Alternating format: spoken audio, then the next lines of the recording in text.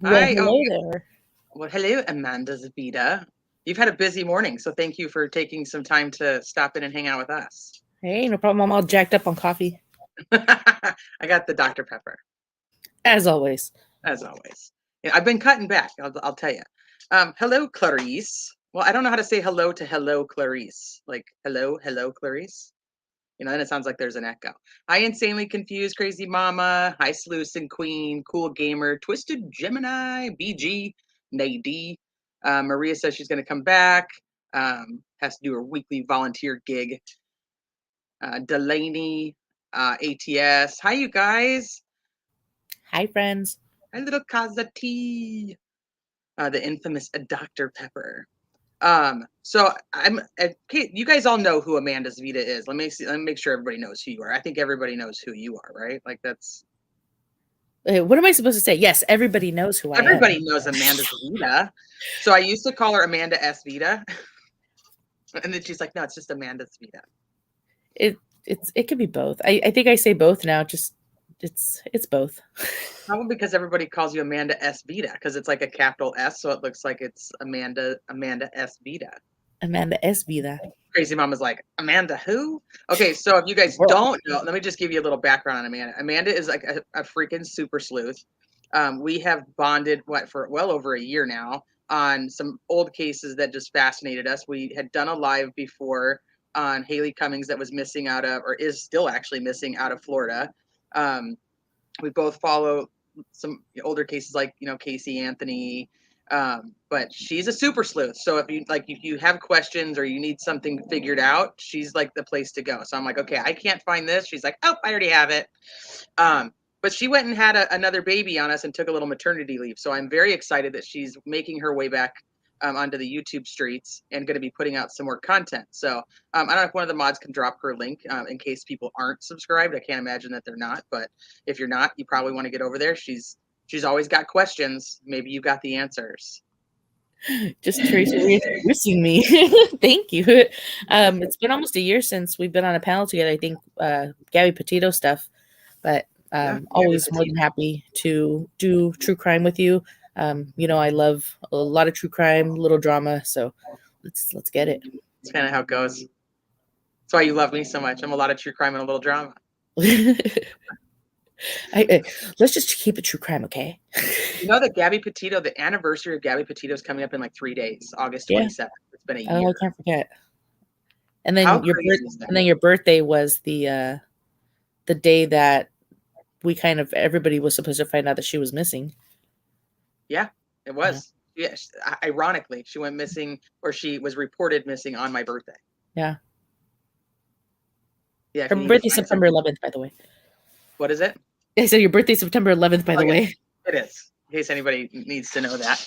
I know that Allie's not in here, but Allie Erickson's birthday's today. So if you see her out on the YouTube streets today, you guys make sure to wish her a happy birthday. Happy birthday, Allie. So, yeah, I can't believe it's already been a year. And like our first panel together was well over a year ago. It was like last May, I think. April, May. I don't even remember. Yeah, it's a long time ago. They found Brian on Insanely Confused birthday. Well, that's weird. That's weird. Happy birthday, Al. I know she's not in here, but everybody wish her a happy birthday. So if she does come back, then she can see it all. But if you do see her out there, make sure to wish her a happy birthday. So I know it's been a couple weeks since I've been on. Can you guys see me okay? It's really sunny behind me. I can turn my camera off too. But this is like where my outlet and stuff is. This is like my setup is like right here. So I was like, I don't really want to move everything. But it's been a couple weeks. So 2 weeks ago, I had my finals for my summer classes, and that was a nightmare. Let me just say, I thought I was going to pull my hair out. And then last week, all my kids started school. So hi, Without Borders. My kid already got sick and was out Monday and Tuesday. Are you serious? Yeah, we all got sick this weekend. Oh, jeez. My little's got like the kinder cold, but no fever, just like a yuck nose, and just I'm like, yeah, well, you don't have a fever, you're going to school. That's kind of the rules in life. No fever, time for school. Hi, ATS. Hi, Allison.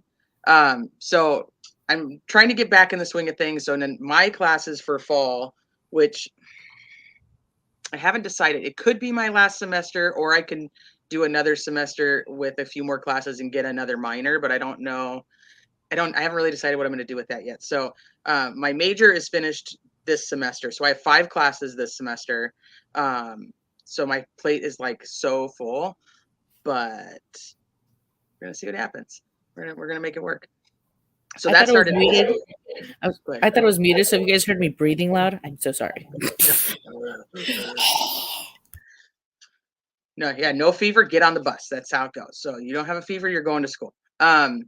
So life's just been kind of crazy. So obviously in the last couple of weeks, there's been a lot that's happened with Dylan Rounds. Not as much as obviously with Kiely Rodni, who I know a lot of you guys have followed that case, and I didn't have the opportunity to do a live myself on it, but I did go on a lot with a Zav Girl. If you guys aren't familiar with her channel, it's amazing. So she does a lot of open panels. It's very comfortable. She's very kind. So I did go on there 3 or 4 times last week, and I think the beginning of this week, kind of just chatting about Kiely. So I've been following it, but I wanted to talk about it a little bit here. And then there is another young lady. She's 22 years old. Her name is Jolissa Fuentes. She's missing out of California as well, the day after Kiely Rodni went missing. But unfortunately, her case did not get the media coverage that it deserved. It's a very similar situation. Hi, Chick. Very similar situation. A lot of you might know that Adventures with Purpose is the one that ended up finding Kiely Rodni, and they are actually headed to Selma, California, to help search for Jolissa. This is actually a case that Amanda had brought to my attention like probably like 10 days ago, but I just, with life, I haven't been able to do anything. So she's got the ins and outs of it. I do know a little bit, but she was kind enough to come on so we can kind of go through some of that stuff too. And I didn't do my own Kiely live either, so I feel like here it is. Yeah, there we go. See, there we go. I was kind of hopping on panels. You joined the Facebook group. Good. Okay. So I joined the Facebook group as well, and that's pretty much the information I know besides what I've heard with Amanda. But this morning, Jolissa's mom, Norma, correct? Yes. Norma's her name. So she actually was kind enough to go on Zav with Zav and Amanda and do an interview talking about Jolissa and kind of the circumstances around her disappearance and whatnot. So if you get a chance later and you didn't watch it already, go back and watch that. She seems like a very kind woman. And then Joe, Jolissa's dad, actually hops on for a little bit too.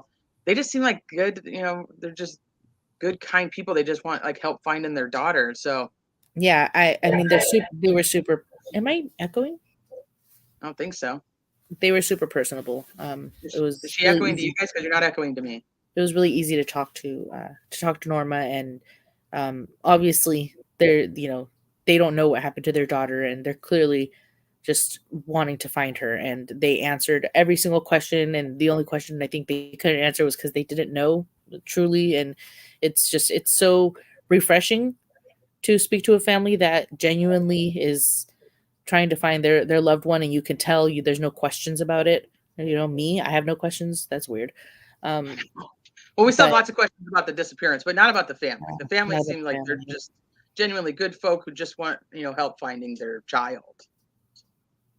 It was really, I was muting myself because I was getting choked up when she was talking, because she wasn't crying herself. She just has so much emotion behind her voice, and I can imagine just the confusion that's going on. That's the best way I can describe that. They're probably just so confused. Right. Hey, Crafton. Hey, Crafton. The family seems to be out there busting their butts out looking. Yeah, and she makes a really good point, though. She's like, we've never done this before. Like, we don't know what to do. We don't know where to look or how to look for, all of these things. But she is missing with her vehicle, and she is missing. And we'll go through all of that after. I just want to cover some of the Dylan stuff because I think that's the quickest.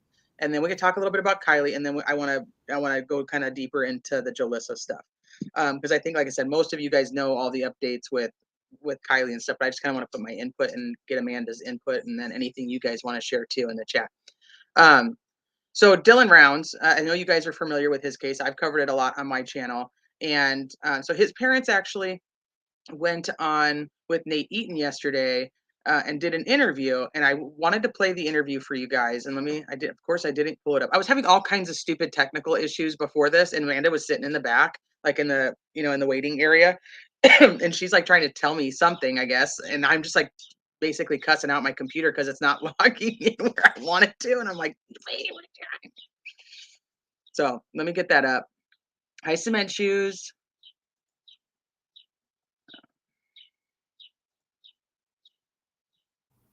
Oh, okay. Hey, I could come back. Are you echoing again? No, I was just Why? waiting for it. What? You don't have to leave if you don't want to. I wasn't leaving. I thought you were just gonna play the video, so I had muted myself. Oh, okay. Yeah, you can come back because I don't have it up because, of course, I wasn't prepared. Like, I didn't follow the Dylan case at all. Zav told me a little bit about something that happened the other day, and I swear I tried to play it off like I knew what was going on, but I don't. So Dylan's been Dylan's been missing since Memorial Weekend, basically. There's some very interesting. I can't believe that you haven't followed it. If you want to dig in, you really should. So there's some interesting characters, but he was a young kid at the at the time his grandparents bought like this land for him to go farm.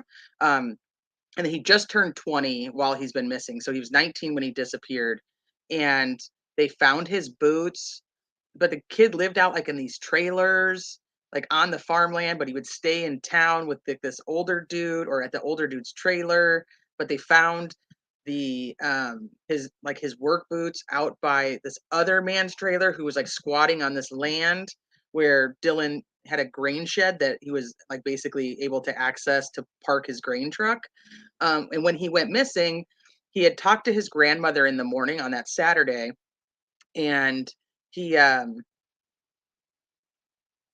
he talked to his grandma and basically said like, it's about to rain, I got to get my seed like in the grain shed. So he was going to drive his grain truck over to the grain shed, which is like 5 miles away basically. And so but there was no way for him to get back, and his mom says he could be walking back, and there's just it's kind of, I mean, I have a few lives on it if you want to catch up. I know Zav's got some too, but and then there's like, it kind of gets chaotic because then the family had hired a PI, then they fired the PI, then the PI got on YouTube, and then chaos erupts. And then there's another guy who's close to the area who keeps going out and like filming the area. So there's a lot of content on YouTube about Dylan's case. And he's young, right? He just he would have just turned 20 if he's still alive. Yes. Yeah. So I mean, he's an adult now, but he was very young. He was like 16 when he started farming this land, apparently. And it's not near his family's house. So he was out there alone with these other people, like, and they're mostly older people. But he would do like farm work on other people's farms and like get paid, like, or use, like, they'd let him use their equipment, or he'd use their equipment, or he'd go do stuff, whatever, odds and end farming kind of jobs. And he would hire some of these other people or their children to kind of come out. Is that the guy that swears like Andrew Dice Clay? Kind of, but he doesn't do the whole cigarette thing. I can't even do that. Other people know who Andrew Dice Clay is. I know who Andrew Dice Clay is. But it's a very, very big rabbit hole. ATS News got a lot of good coverage. CDT as well. I mean, there's tons of places you can go. You can go stream watch.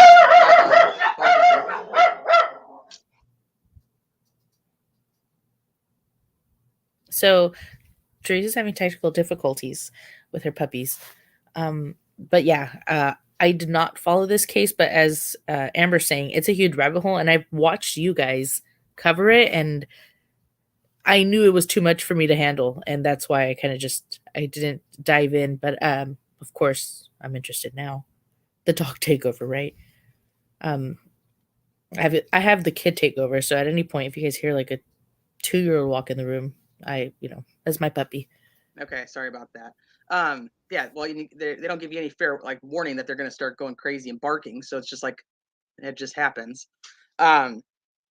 But so there's like a whole little drama side to the case if you want to go over to that rabbit hole, or you could just kind of take I think that ATS does a really good job of like picking out the parts from those like really long ass lives, and then she puts them in her video. Like, okay, this was the 5 minutes of important stuff in that 6 hours, and then and puts it in a video so that you can actually see like what's important.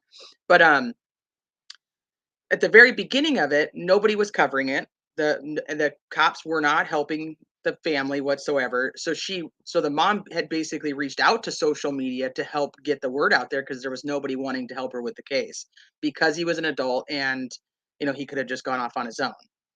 But his truck was at the house. There's weird stuff about the truck. There's weird stuff about a missing gun, a missing key fob, which gets cleared up in this interview that I'm going to play. Um, I don't know. There's just so many little odds and end things, and then everybody thinking that this person did it, and then this person did it, and then they of course on YouTube they fight with each other because they think they know who did it, and the other one thinks they know who did it or didn't do it, and then it turns into that. So for factual things, I've got a few lives on it. ATS News, Zav's got some longer open panels with some good thinking. CDT, good stuff. That's my recommendations on finding Dylan or on information on Dylan Rounds. So basically, he's still missing. Zero clue where the kid is at. And I say kid because he's 20 and I'm not. But zero clue. There's no signs of foul play and no signs of abduction. There's literally no signs. It's just like he vanished. His boots are still there, and there was a drop of blood on the boots, but it was never confirmed whether it was human blood or animal blood. It was just confirmed to be blood, and it's just a spot. And then people have gone and like looked at older pictures of him, and in those pictures, you can see a spot on there. So it's kind of back and forth on how long was that there? Is it just a drop from something?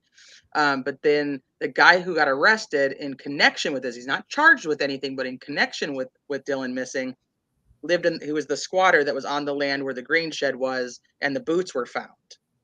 So it's like, is this dude being set up? Did he actually do something? There's just a lot of crazy players. It's like totally a case that's totally up your alley if you have time. What I'm echoing again. Hi, Aries girl. What Allison Faye is saying is what Zav told me. That Let me go back up. I was totally just in a zone and didn't even look. She said, weird how Kurt told the rounds about Dylan being held captive, and when they came back to Dylan's trailer, the fob appeared. That's what she told me, that there was no fob, and then the fob appeared after somebody so called. that's a big deal. So he goes missing on Saturday. Saturday's when he talks to his mom. The last phone ping, which has now been told that it was through some type of app on the phone. It wasn't an actual like call or anything. Was Saturday. Nothing's been done since Saturday. Then they did well, I think that one of the first ones they had Heavy D Sparks. I'm sure you're familiar with them. So they actually came out and flew the helicopter over looking to see if they could see anything. And in that video, there's a couple things that are mentioned that have gone kind of stir crazy over the internet. But the fob situation is one thing that was up in the air. And then there's a pistol, a gun that he normally carried in his truck. So there was also another gun, like a shotgun rifle. Don't quote me on which one, but it's like a long barrel, and that was actually found at the grandparents' house. So then it was like, when people would talk about the gun, it was like, did the gun get found? Was the gun not found? Because nobody was clarifying which gun was what, and it was very confusing.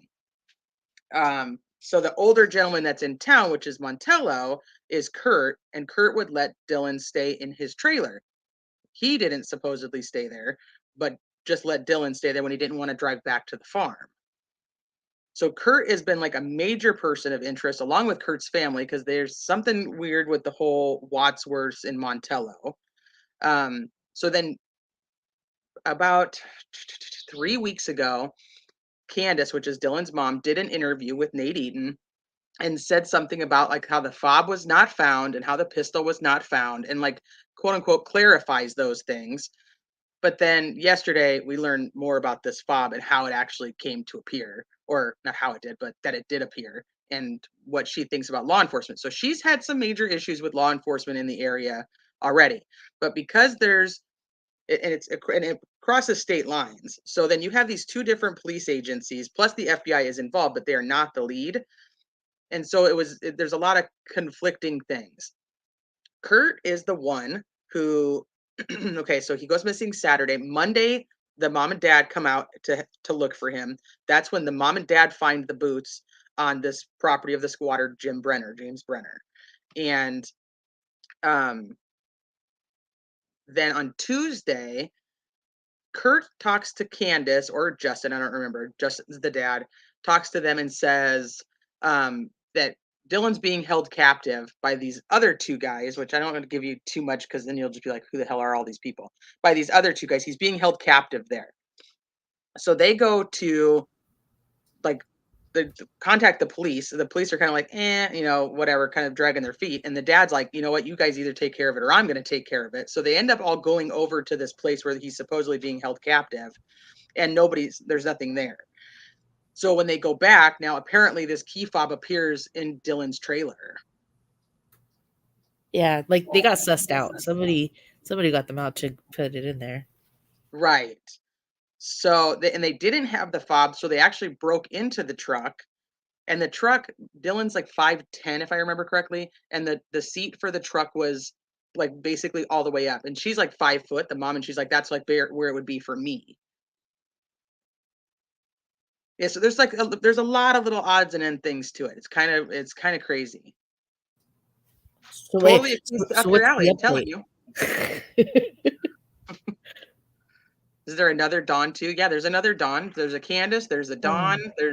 Oh yeah, So Dawn is one of the family, quote unquote, friends or grandpa's friends who went to look for Dylan and said that Dylan wasn't there, but then didn't tell the grandma till the next day or something. It's just nuts. And then he hid firearms for the guy who ended up arrested, James Brenner. Hi, Jen. Hi, Marshall. Hey, Jen Lou. Hi, Delaney. I said hi to you earlier, but I think you'd hopped out. I'm gonna pop down and pop back in because I'm echoing. Are you okay? Well, I'm gonna pull this up then. So it's gonna be silent for just a second, guys, but we're still here. Let me pull this up.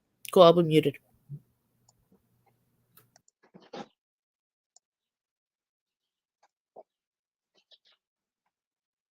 Crap, where did it go?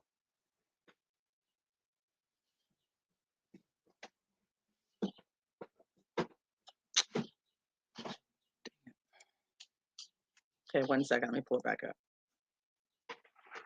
Yeah, we definitely need an Excel spreadsheet or something with all these players on the Dylan case. Let me go back into. I must have closed that window in all my chaos of being pissed at my computer.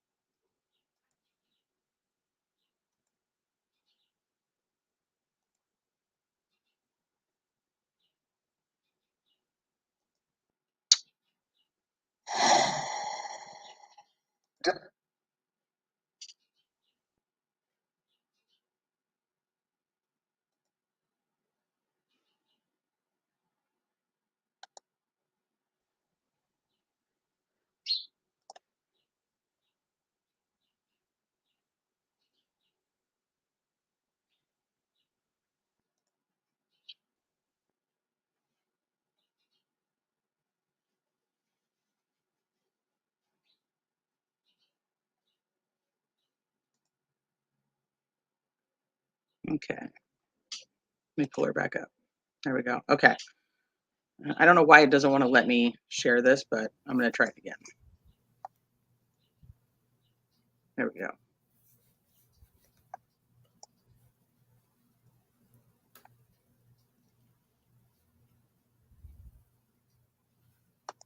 Allison Faye, I just started that. I'm still echoing. I'm not gonna play the whole thing, so I'll just try to get to the parts that I found kind of interesting and important because I know he's on here for a little while. So give me a second. Dylan Rounds has been missing. Can you guys hear that okay? 3 months, and today his parents still have a lot of questions. Can you hear it? About the whereabouts of their Yes. son, but also what's happening with the investigation. And joining me now in the studio, Candace Cooley, she is Dylan's mom, also Justin Rounds, Dylan's father. I think we spoke, 3 or 4 weeks ago. It's crazy how fast time has gone. Unshare sound from StreamYard. How are you guys doing? We're holding up, pushing forward. just keep them focused. And what has that focus turned to going into month 3? Getting the lead law enforcement Is it okay? lead agency in Dylan's case. Echo. That's where we There is feel an we're echo? at. So let's set it up. Law enforcement, the lead agency has been the Box Elder County Sheriff's Office. Can you in still hear it Utah. though if I mute? Dylan, It's fine now, yeah. Getting into the story, he was living and farming out near the Utah-Nevada border and in Box Elder County, and they began investigating when he first disappeared. And frustrations have been building on your family's behalf over the past, well, kind of since the beginning. Am I right to say that? Yeah. Yes. So walk me through what some of those frustrations have been. So when we first got out there on May 28th,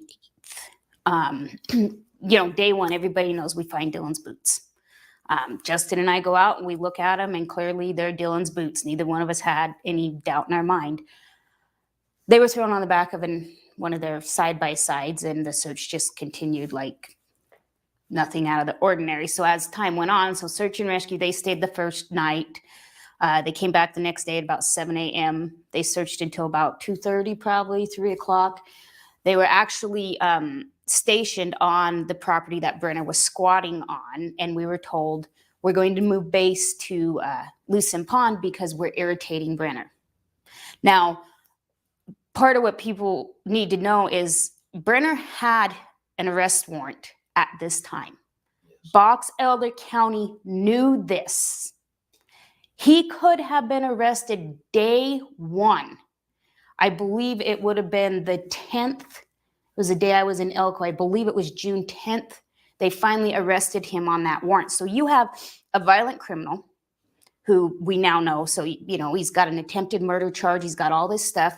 He's got a warrant. You have a missing 19-year-old. It's all within 100 yards of each other. And you don't even think let's go ahead and execute this warrant because we can take this guy to jail right now. James Brenner was squatting on property near where Dylan was. Yeah. And has an extensive criminal history, violent crimes. And you're saying when the cops first went in there, when you guys first reported Dylan missing, they should have done something with James Brenner. Yes. But they waited 2 weeks? Yeah. Okay. Yeah. And then even when they finally did, he was out the next day and they still never searched his property. So Dylan's boots are found the next day. Lucin Pond, they move out because they don't want to, annoy Brenner. They did not just move base. They just pulled out. They were done. I mean, 4 or 5 guys stuck around that really helped. A few of those guys came out a lot. And there did was a really good job. There was some with the that search and were rescue. Great. So that was the day, Tuesday, that we got the phone call that Dylan was being held hostage in Montello. And so we all took off. Part of the Box Elder County Sheriffs and a few of the search and rescue guys were standing at the pond. We stopped to give them a flashlight battery back that they'd loaned us the night before, told them what was going on, and I was told good luck with that. So fat. Brendan, you're not fat. It's the shirt. Look at Nate. Dang it, see, it put back to my other account like I told you, Amanda. Tapers off towards the bottom. Nate also has 6. Who told you that? One of the sheriffs. I don't know which one it was, but those were the exact words I got.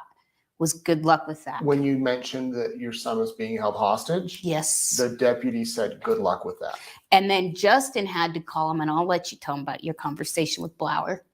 Well, I just called and told him I was going to do something if they didn't show up, and had him give me his word that he would get a hold of Elko to get them to come. And then they said they'd come, and we waited. I gave them a little bit of time before I went into the house myself, and they ended up showing up. And the house where you were told Dylan was. Yeah. So you called Box Elder and said, you better get out here or I'm going to do something myself. Right. Yeah. Make sure Elko comes. Well, Box Elder did not ever end up coming, nor did they end up calling Elko. I called 911 and we got Elko out there. When Elko came out, they came out with 6 deputies, and they waited till they all got there because they weren't aware of the current situation. So I make a 911 call and say, our son, we found him.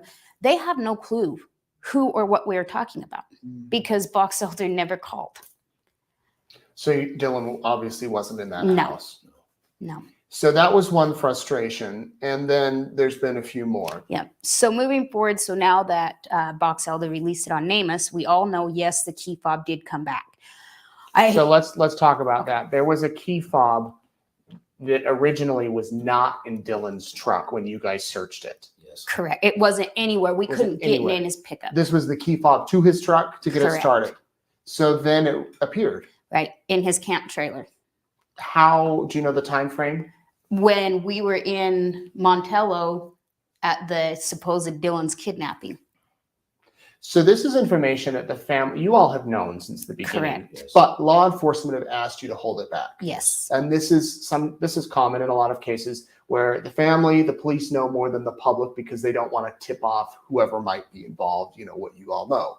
So you've been holding that secret as they've asked you to, but then suddenly a report comes out last week or the week before. It actually came out July 28th. Oh, so it's been out for nearly a month now. It's been out for nearly a month before I knew what was, the 12th is when I emailed Box Elder and said, what the heck is going on? And this was a report to a law enforcement agency? So it was on NamUs. So on NamUs, there's two ways you can do it. You can log in as me and Justin could have a login and report a kid missing, and it has to be approved. Law enforcement can log in and it can be made to where only other law enforcement agencies can view it. The detective that did it just put it out publicly. So anyone that had a login to this web, or anyone period. Anyone period. You don't even need a login. Could see on this report that about the key fob. Correct. The key fob was not there and then it appeared. Yeah. Which was part of the investigation, but now it was public. Okay, exactly. So this is our other frustration. So this happens on day number 3, Wednesday.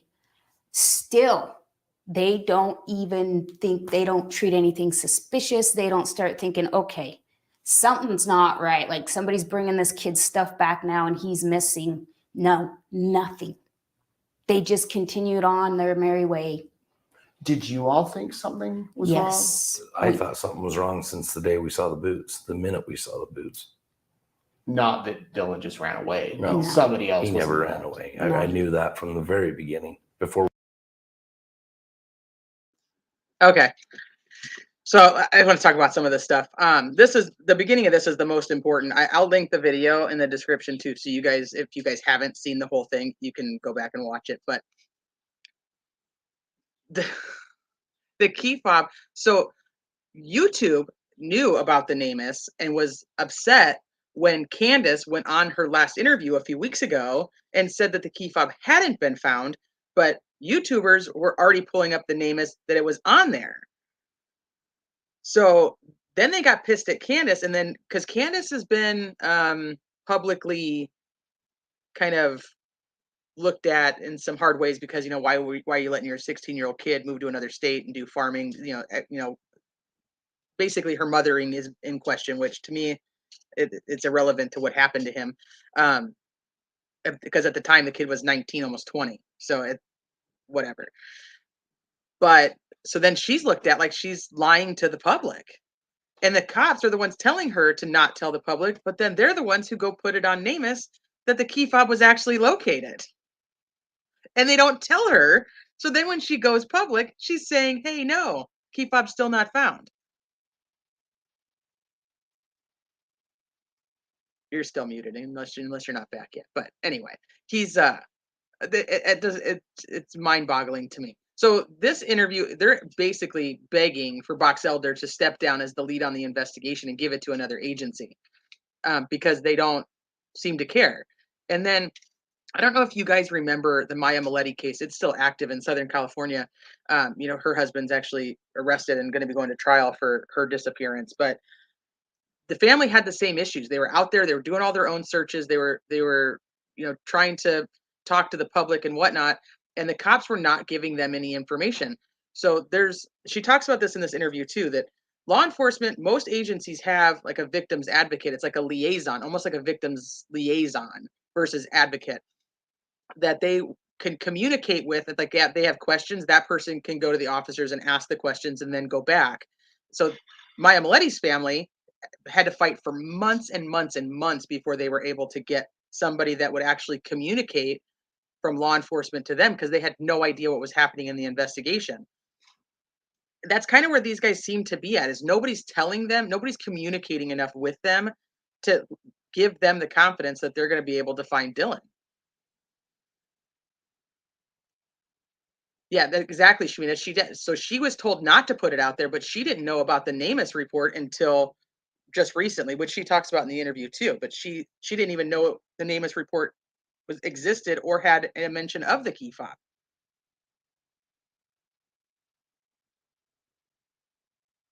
You go, really? Because if he has his GED, so I graduated high school when I was 16 and I moved out when I was 17. So, and I'm in California, so it's once you're graduated high school, you're basically considered an adult, whether your age is not. And it's kind of the same when you're 18 and you're still in high school. They still ask for a lot of, parental permissions, even though you're actually technically an adult. So I don't know, maybe Yeah. it's a state thing. I graduated at 17, so I didn't get to experience any of that. You get to experience any of that, but you were 17, you were considered an adult because you graduated. Really? Or no? No. I'm asking you. No. They still treated me like a kid. Well, I think my family treated me like a kid until I was like in my 30s, really, because I was the baby. I guess it would be like the Kiely situation. She was 16, graduated, but I would still consider her a kid. She is a kid, but when she moves off to college, I mean, is she still a kid, or is she still? I mean, I still consider Dylan a kid, and the kid's now 20, but that's because of my age. Yeah. But if she's off at college and she's 16, 17 years old, do you consider those adults, or do you consider them children? So he had dropped out of high school and got his GED and then moved away. Still a kid. They're all babies. So then how at 17 in those states do you move away to college? With permission, I guess. Well, I'm just that. Well, so he had permission. I don't know how it would be there, but I grew up in Texas and I left home at 17, no consequences. Oh shoot, I went too fast. No consequences to my parents at all, and they couldn't come get me and make me come home either. Right. Sounds legit. Amber's saying that his home life wasn't great, and that's probably why he was eager to get out. Oh yeah, absolutely. I mean, his parents seem to have quite a contentious divorce, and there's been claims of the dad trying to run over the mom, and I mean, and I've never looked into the actual paperwork behind it, so I'm sure it's out there somewhere on YouTube, but I haven't looked at that because it doesn't help find Dylan. But his home life, I mean, he was back and forth between his parents all the time, and he ended up living with his grandparents. So I think that's another reason that the parents didn't quite care that he wasn't home, because he hadn't been home anyway.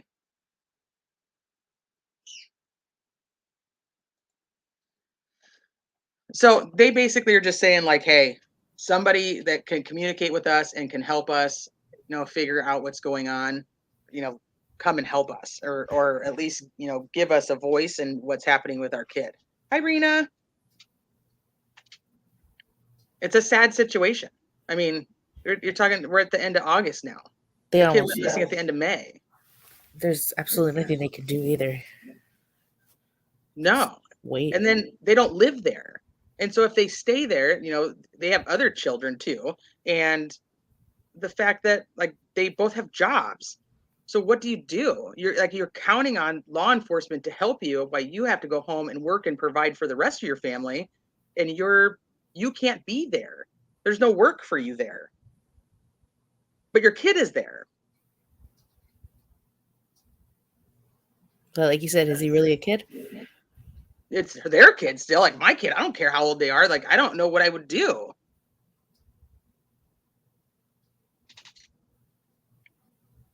Yeah. Let's see what the chat says. He was living there with his friends. He seemed to bounce around looking for a place to call home, and so he even stayed with Kurt. Yeah. So Kurt's like adamant that he knows Dylan better than everybody else. But then there's the weird stuff around Kurt. Oh, Amanda, I didn't even get into all the psychic stuff. Oh goodness, girl. Then Kurt tried to say that he gave this tip to them because he had talked to a psychic. And then when he was called out that he didn't talk to a psychic until after the tip was called in, then it turned into that his ex-wife is a psychic. He already said he wasn't familiar with psychics, so I'm not sure how he was married to one. It's a cluster. It's a cluster. Let's see. It happens all too often, especially with kids in the system classified as runaways when they're in fact missing. Yep. Allison says, you're free to leave at 17, but parents can't make you leave until 18. I moved out at 17 also. That makes sense. Yeah. My parents asked the police what they could do. That's what they were told. Yeah, they have to provide for you until you're 18. Legally. Delaney's all, I moved in with my 24-year-old boyfriend at 17. My folks were pissed. Delaney's singing 1724 now. I don't know. So, like I said, this is just a small update, but I'm curious to see what happens and if they do end up, given the investigation to the FBI or somebody else, because they are now requesting for people to contact Box Elder and ask them to relinquish the investigation or lead of the investigation. Oh, see, Allison says she thought the psychic was Kurt's ex-wife's friend. I've heard so many. I couldn't even tell you. Because according to Taylina, who's Kurt's daughter, she says that it was her mom. It's gonna take me forever to catch up. I'm telling you, it's there's so many rabbit holes. Let's find Jolissa and then you can go find Dylan, okay? Oh, okay. So, are we gonna do Kiely next or Jolissa? Yeah, let's talk about Kiely. Okay, so let me gauge the chat real quick and see who doesn't know about the Kiely Rodni case. If there's people that don't know, we can kind of go back and talk about it a little bit. Otherwise, we can just talk about what's the current status is. Does anybody in here not know about Kiely Rodni? I truly think everybody knows about Kiely Rodni. I think so too. Yeah. And I don't want to be presumptuous, and then we start talking about it, and people are like, I have no freaking clue what you're talking about. Let me get this off the screen. And the sad thing is that as soon as she went missing, you can ask Sky or Crazy Cam Chick. My first inclination was she's where her car is and it was an accident. And then of course, the best friend's interview came out and it got super sketchy, but it's my first instinct was I think what actually happened. Well, that's what I said too. I'm like, statistically, she's at a party that's right next to the water, and then she drives home or goes to drive home. And she vanishes. Statistically, she's in the water. And it's unfortunate, but that's more likely than her being abducted by somebody there. But I have some issues with her friend Sammy. And I don't mean to say that mean, but I have some issues with things that she said. They don't make sense. Yeah. I mean, she was talking just in the All American Dream interview, and she was contradicting herself just right then and there. And I mean, we're not seeing it. We're not seeing things. It was actually happening right. Yeah, I don't know if she's trying to cover her ass or what it is, or if that's what the whole, I don't know. But her story does not make sense to me. Rena, so as of yesterday, the coroners had confirmed that it was Kiely in the car. But they have not determined foul play, accident. The FBI has the car. The highway patrol's doing an accident recreation, and then they're going to do toxicology on Kiely, and that'll take 4 to 6 weeks. But then we're questioning, because she's 16 and her birthday is actually September 1st, so she's almost 17. Questioning if we're even going to be able to get those results because of her age. I had heard that her parents. Oh, I'm echoing again. I had heard her parents wanted it to be sealed, but that's just a rumor. I haven't seen it in stone. I'm wondering if that's true, because this is such a hugely publicized case of a teenager. If she was drinking and driving, or under the influence of anything and driving, people are watching this case, and it's a huge learning experience for other people. And I feel like her parents would want the information out there because they would want people to learn this is what happens.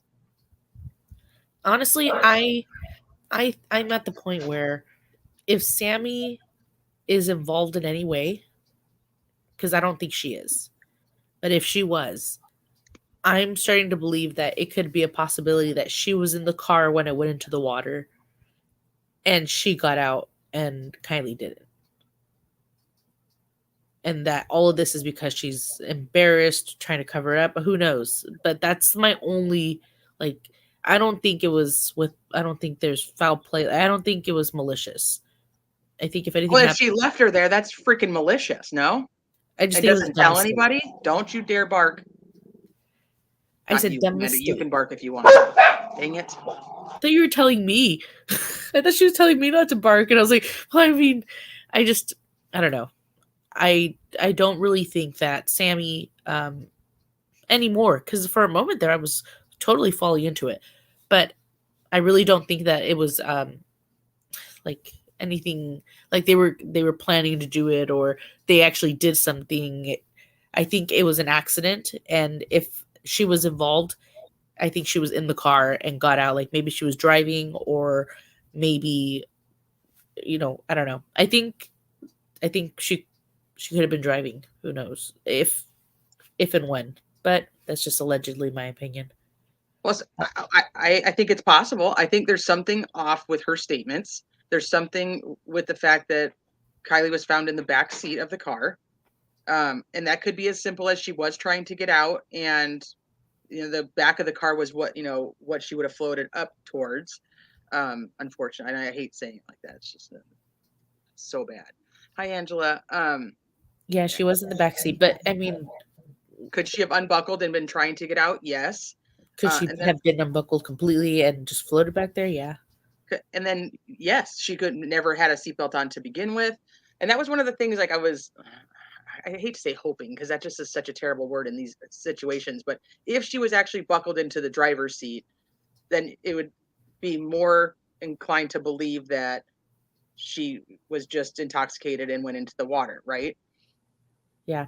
People get mad when I say that she was intoxicated because the toxicology hasn't come back yet, but I'm just going to go with what my opinion, and based off of the situation. She had been drinking and obviously made a wrong turn. So I got to pull some of those pictures up too. And yes, Amber, if she was there and was involved, it would be gross vehicular manslaughter.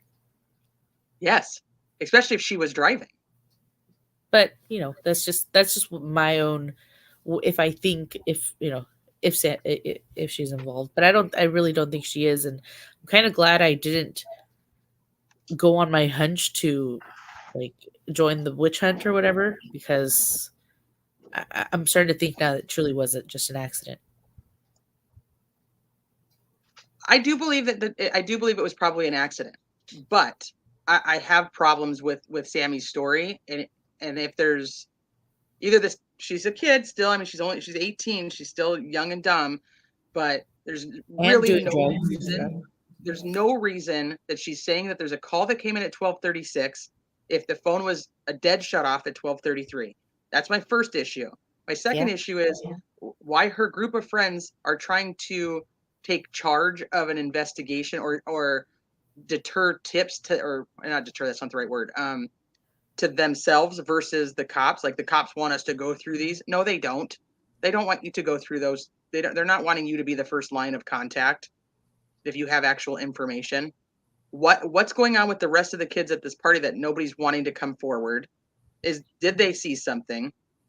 And then why is Sammy saying, this is the biggest one that bugs me. Sammy in one interview says that Kiely was going to stay at this party. She wanted to get hammered and stay at this party, and she was going to sleep in her car.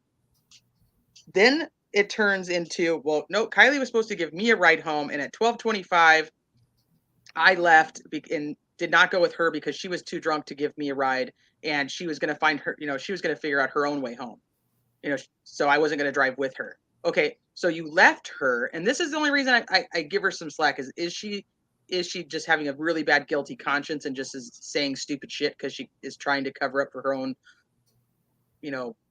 idiocy with leaving her friend at a party? So I'm like, either way, my friend, who's 16 years old, is intoxicated and potentially on something else that I don't have a clue. And she's going to sleep in her car with this big old party that I've thrown with 300 people that, oh, damn dog, I'm going to get this dog, I tell you. Ursa, get over here. biggest party that they've had, so many more people there, people they don't even know. It was the biggest ever. And I'm going to leave my 16-year-old intoxicated friend to sleep in her car. So that's number one. Or two, if we go with the other story, that she was going to drive her home, but she was too intoxicated to drive her home. So I just left her there to drive herself home instead of the guy I was leaving with also taking her. Yeah. Like, why is she not getting in that damn car?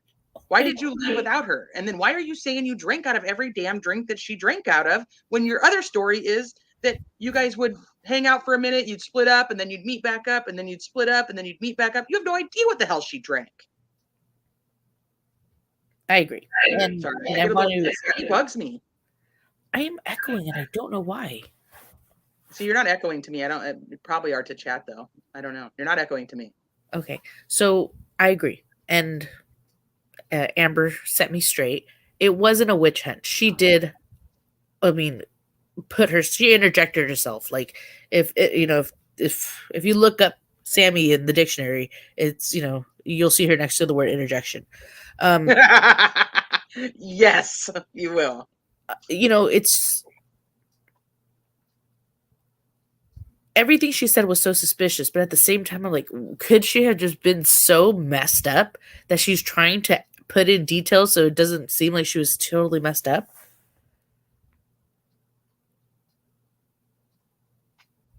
But why say that she called her at 12:36? And at 12:36, we know that you didn't hear the party in the background because at 12:36, the phone was already dead shut off at 12:33, which means that she'd already hit the water. Yeah, no, I know. I don't know.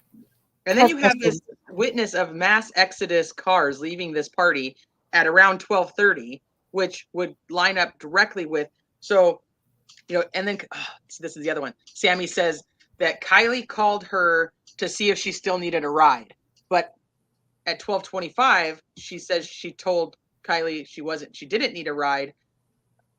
But now at 12:36, Kiely calls her to see if she still needs a ride. And then she never mentioned the sweater, like Allison says. And why doesn't she mention the sweater? And then what's this? Okay, so this is totally new to me. I literally heard this for the first time yesterday. So somebody in chat, maybe you guys know, because I like I said, I haven't been able to follow everything. But what's this about them being wet? Who was wet? I've heard Kiely was wet and she had to change her clothes.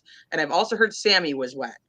Do you guys know anything about that? Like, is that confirmed anywhere? Has that just been talked about? Like maybe she got wet and so she changed her clothes?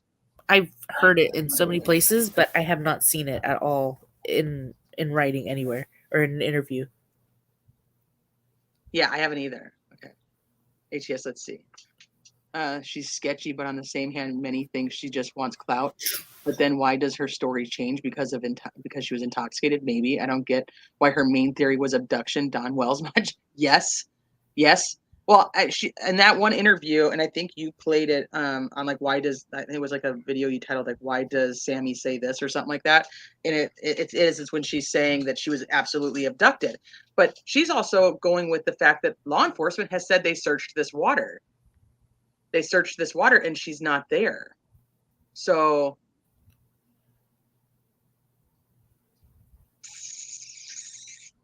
Yeah, my mind has changed now that she's been found. I'm completely confused.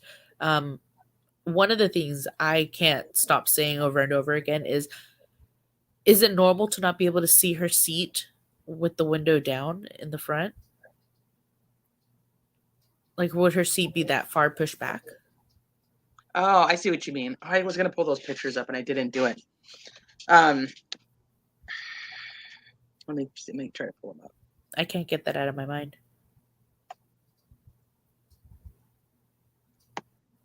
Like, did you ever watch that movie, Son-in-Law? With Pauly Shore? With Pauly Shore and Tiffany Amber Thiessen?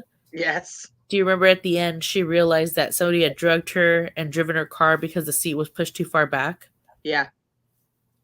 That has never left my mind, and I've used that in almost all car cases. Like, when I go over that, like, I always look at the seat because of that movie. Interesting. And the driver's seat was pushed back. So, but those are questions that I feel like there's like this whole little scenario of the window being broken, which I think has now been confirmed by AWP that it was broken when they found the vehicle. and somebody correct me if I'm wrong, but I believe they confirmed that in somebody else's live chat that they went in and confirmed. But that, the ropes to pull the car out were put through the windows, apparently. This is why I wanted to pull those pictures up. Did they push the seat back? Was the car, that's like goes with was the car in driver, was the car in neutral? Like there's a couple things that I'm like, how did they have to finagle the vehicle itself to get it out of the water? And then what happens, like what part of that did they take part in versus it actually already being that way. So my big question too is the back driver window being down. This is really what's pushed me into believing, I think it was Insanely Confused said that they'll apologize if they're wrong, about the fact that it was Kiely in the back seat asleep because the window was down. The back window is partially down. It's not partially down. It's partially down because you could see the window. It's down all the way. Those cars, the window doesn't go down all the way. It stays up like child windows. I guess it's like child windows. I don't know. For some reason, they just stay up a little bit. Wait, and when you're like, you don't feel good because you've been drinking so much, you're just like, I want some fresh air, and like you're just like want the wind in your face kind of thing. Yeah, like that makes me kind of lean towards, was she actually in the back seat and somebody else was driving? Hence, AWP says that the window was smashed. Somebody in Zavs yesterday brought up a really good point about the dents on the side looking like they're protruding instead of going in. I'm going to try to pull this up real quick so that I can actually, you guys can see what I'm talking about. It's just going to take me a second to log in because for whatever reason, this keeps wanting to kick me over to other accounts, and either my second account, like my Teresa account, or my husband's account. And I'm like, no, I don't want either of those. That's not where my stuff is. One thing that keeps me curious is the side view window that's broken. Makes sense that it could break while they were retrieving the car, but why wouldn't the other one be broken? The mirror? Yeah. Well, I'm assuming that it was broken because of the way that it's in the water and like it landed on it when it hit the ground. Maybe. I had a feeling that that she hit something on the way down because it looks like there's also like a little bit of damage right there. Like I don't want to say structural damage to the car. Let's take a look. Oh, Amber just answered it. The PI thinks the car damage was from the FBI flipping the car underwater. That's what he thinks? Yeah. Okay. Well, I definitely think that there was... Let me pull up this picture. Oh, Insanely Confused says that the magnetic device that they used could have dented the car because it did when they pulled out her nephew's car. Oh, that's how they located it, was with that magnet. And it would be pulled out, yeah. Okay, let me pull this up. That's not the right one.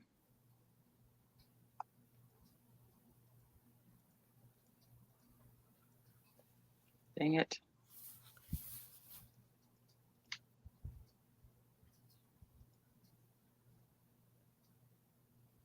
I heard about that. That I guess you could use your headrest to break your window. I have heard that. I have a window breaker that I keep in my purse, but I want to get one that actually attaches to, like how Adventures with Purpose has one that's a dual and it cuts your seatbelt, and it can also like attach to like your rear view mirror, because it's true, because like they were talking about, like if you're getting flipped around in the car, and like where's my purse going to end up, and then how am I going to grab that? You know what I mean? True.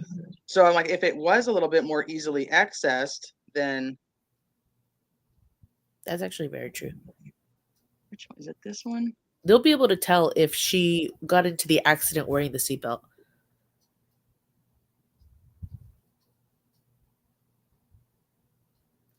When you get into a car accident with the seatbelt, it gets pulled. It almost misshapes, and they would be able to know if she took her seatbelt off afterwards after getting in the accident with it on. Let me get this picture real quick because it's for some reason not loading. You're right. It could have just been super slow, huh? But I mean, it's going down an incline, but hitting the water, it slaps. Well, like when you do watching the footage of other cars like going under, it like kind of nosedives and then it flips over and then it sinks. They also say, this I heard before this case, but if you're underwater in the dark, you become disoriented where you can't even tell if you're swimming up or down. Well, heck yeah.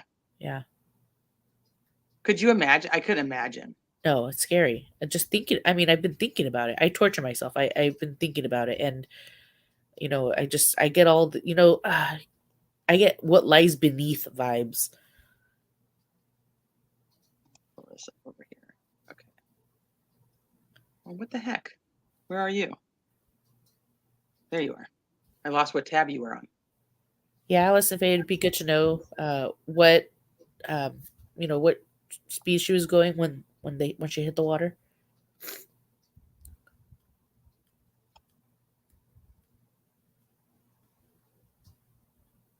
Seriously, I pray to God. Yeah, especially having a missing daughter. Ugh, I mean, you guys already know.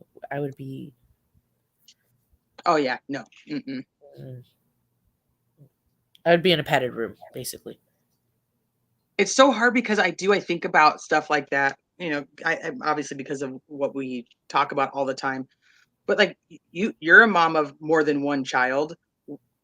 Like how horrendous it is that you have to be functional for these other children still. So like Yeah. there's a part of you that that if something was to happen, you still have to be able to take care of these other human beings that are counting on you. Like I couldn't imagine. I feel like I would probably be like in a padded room. But then Yeah. what happens to my other kids? I mean, statistically, we know what happens. The parents shut down. Divorces happen. Um, I've seen it firsthand. Like, siblings feeling sad that their parents never got over the other sibling and kind of being like, "But I'm here." I've seen it happen more than one time. It's terribly sad, but it's a grief that the hole in your heart is probably just so immense that you cannot do anything else. It's just a black hole. Yeah, no, I can't. And you saw that Amber posted the picture of her dad. Did you see that she picture? did. A picture of her dad just kind of looking up and just, I don't know. You could tell that there's just Of a Kylie's million dad? of Kylie's dad.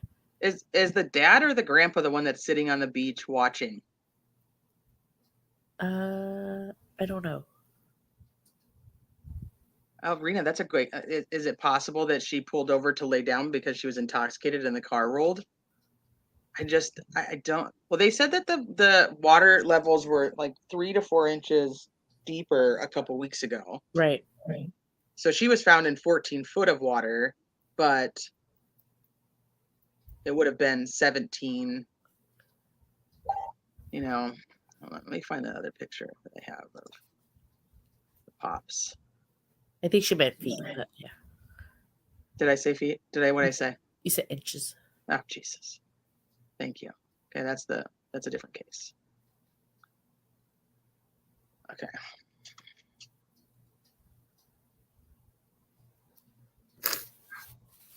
Let me pull up the other picture. I think it's this one.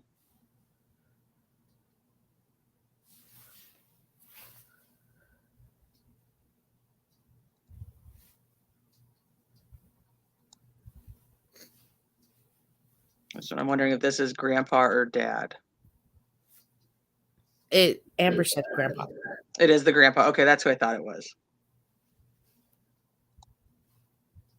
That's This so one. sad. Where he says he's not going to leave until she's out. Yeah. Oh, look at. Oh, yes. Let me go in there real quick. I did see that one. Okay, hold on.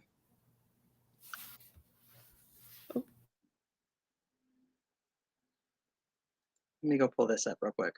She just sent me some interesting things.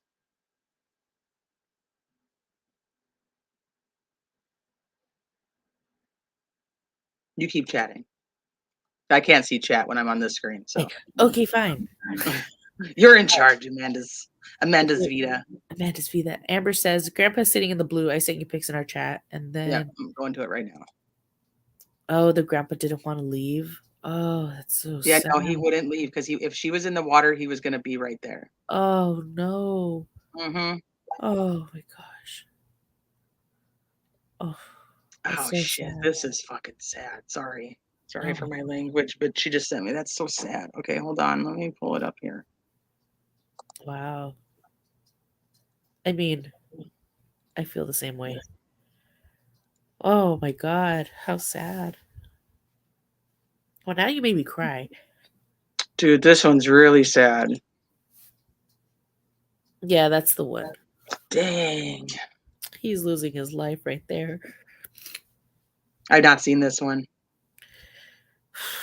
I can just imagine you're dying alive. Dude, he's just like, no. Like, please, no. Oh, how awful. My nose is already stuffed, so this is just This is not good. yeah. That one is so sad. Okay, so let's see. Let me see what else she just sent. Go over here. Dude, that one's so sad. I had not seen that one. Oh my God, I'm actually crying. Like And as they're having to like tell him, like, he's seeing it. she's in there. He saw it. She's in there. Oh my gosh, so Okay. sad. Okay, can you see that one? That's Crazy Crime Chicks. Did it change to it or no? So there is a dent right there, but it does look outward. Like maybe the magnet slid to the side at one point. Or that's what they used to flip it. Or that, you know. Yeah, see how it's like it's out right here. Yeah, I see it. So it could is. be from the magnet, but you know, and then the window's broken, and then the mirror is down, and so then you have the back window that's partially down. I don't know. So somebody was asking, like, could that be from like somebody trying to kick the door open? And I'm like, well, shit, I don't. Possible, but it could be from the magnet too. And these are probably things that we'll probably never have answers to. It's just stuff that we're gonna question and want to know. But like, they're not gonna come out and be like, so you know, this is, unless it actually does turn into a criminal investigation, which then you may have court proceedings. But if this is, the whole thing is just damn sad. Let's see. It really is. You know, I took a break and with my break I got a little bit soft, and I'm not gonna lie, like this stuff it's draining for me. I can only imagine them.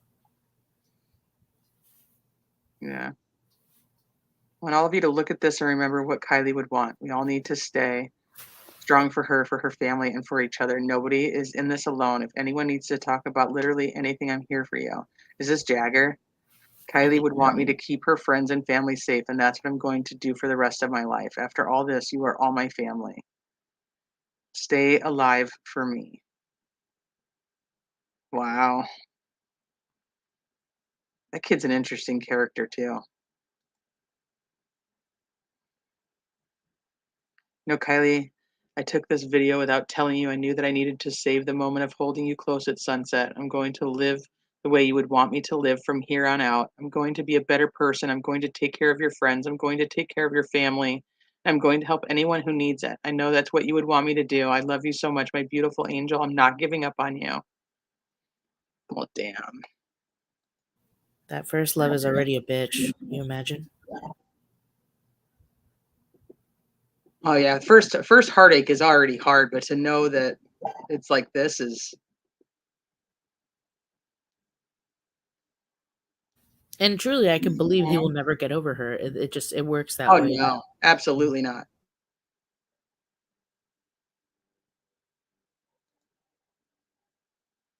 FYI, ATS News is sending me all that fun stuff.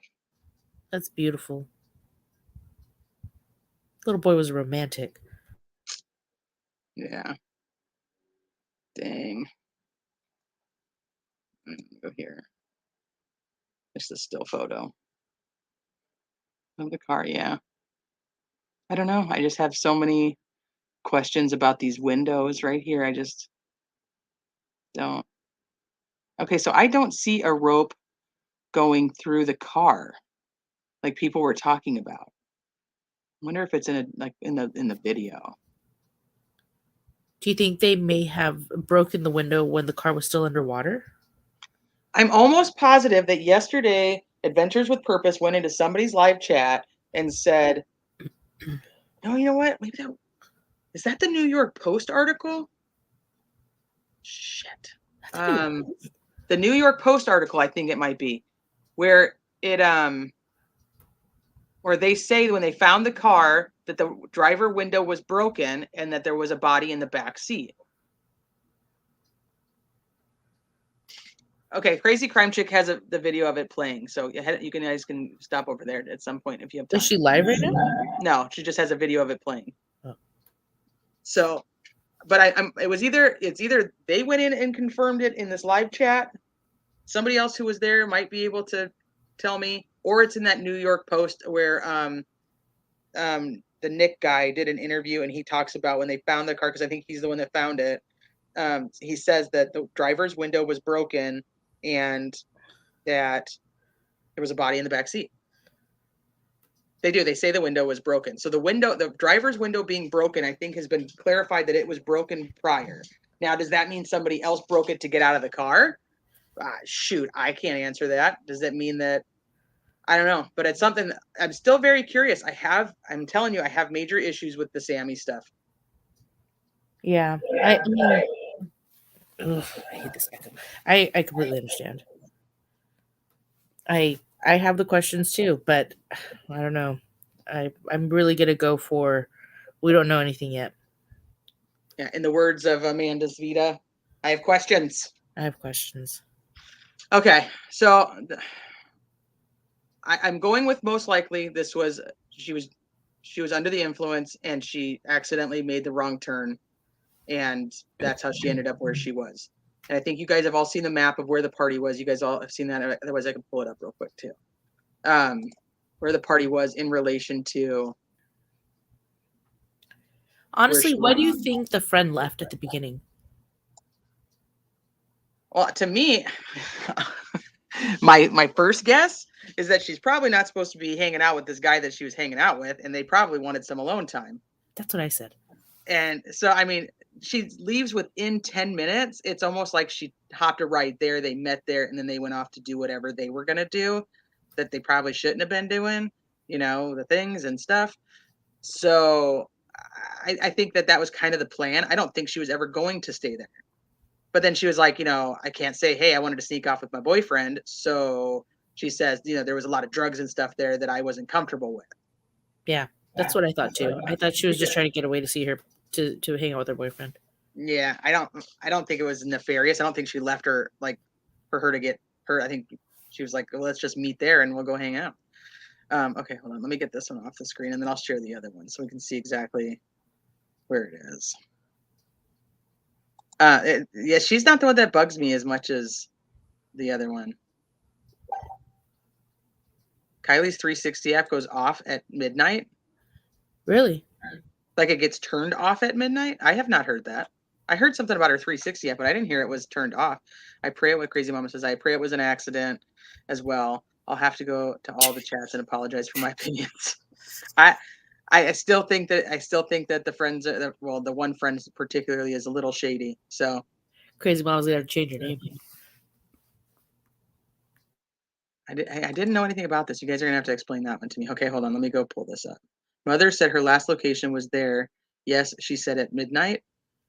But that's where but it goes off at midnight, like it's turned off.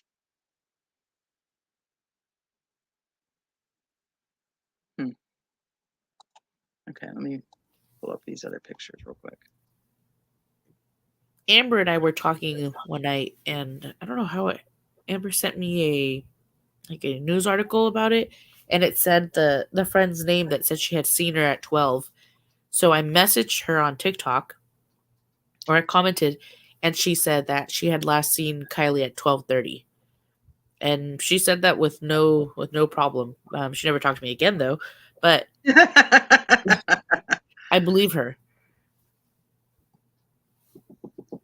What did you think about the whole the Ronnie thing? Oh,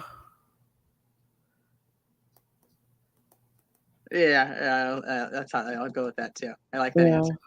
Okay, so you guys, can you guys see this map? I can see if I can zoom in on it. But the X over on the left, can you see my cursor or no? No. Okay, let me put it over here, and then you can probably see my cursor. Can you see my cursor now? Yeah.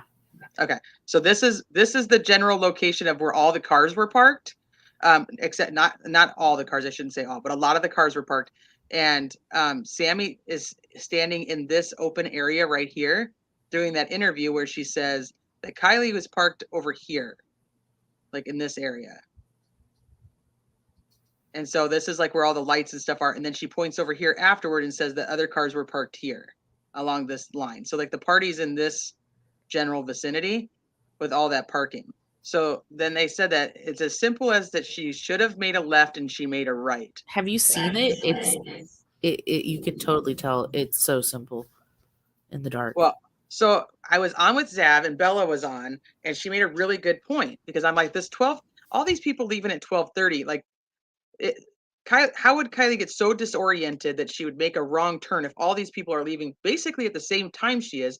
That means it's flooded with lights, right? And she'd just follow the other cars. Well, Bella was like, well, what if she, and I don't have it on this map, but what if she made the right turn thinking that she could go around and get out a different way, like take back roads because she knew this area so well? Like, what if she tried to get out and go a different way? And then I've actually seen that. I've seen people say that there's like a creek the where she drove through, and I guess at some point in the winter or the summer, I think at some point it dries up enough where you could drive across it. Yeah, see, I'm wondering if she did. If she tried to take like the other roads and like get out a different way, or head back up and go back to is it 80 or 89 that's right there, to get to the main highway. But she ends up taking this little turn right here and just goes straight into the water. But if she's in this whole bunch of people, there would be no reason to not be able to see where she was going is my issue. So I'm thinking they were headed up here, and I think Bella was right, and she was trying to take shortcuts and went a different way and ended up over here. The pictures that I've seen of the tire marks, they right here. They don't appear to truly be tire marks. To me, it looks like she was hitting the brakes the whole time, going down, or whoever was driving. But it's not that steep of a slope. But it would have been kind of like yuck. Like, is that what you mean? No, I think it was steep. It was steep. I don't have my terrain one up, but I don't think it's not really that steep. I mean, it goes down. There is an incline, but I don't think it's not huge. So like, and if she was trying to brake the whole time, I would think that there'd be some really deep indentations in that sand right there.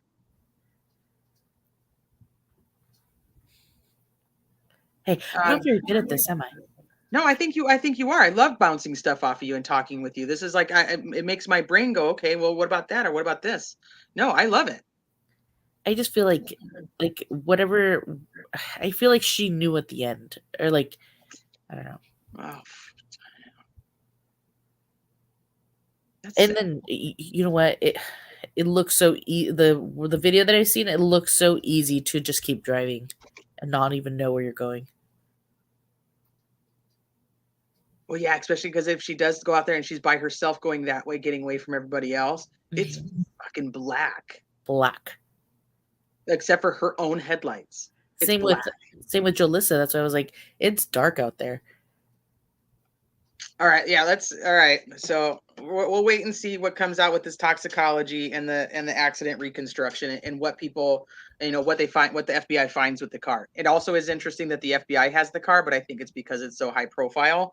I know people are like, it's obviously a criminal investigation if the FBI has the car, and I'm like, it's high profile. These guys don't have the means to be able to process something like that, and they know they'll get just reamed by the public if they don't have some help. So. All right, so we'll wait that out. Let's talk about Jolissa. I know I've had you on here forever already, so I want to talk about Jolissa. Let me get this stuff down. Jolissa is local to me, so I think that's probably why it was on my radar a little bit sooner, even though it's not being truly covered. Kind of like Amber was the first person to know about Gabby Petito because she's in New York, and that's where her family was trekking first. So I heard about Jolissa. It came up like on your local news, right? Yeah. And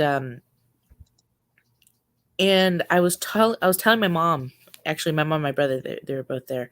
I was telling my mom about Kiely, and then I said, and then there's a girl missing out of Selma. She's like, oh, I saw that. You better cover that. You're gonna cover it, right? And I was like, yeah, I'm gonna cover it. In fact, I'm gonna try to get a hold of her family.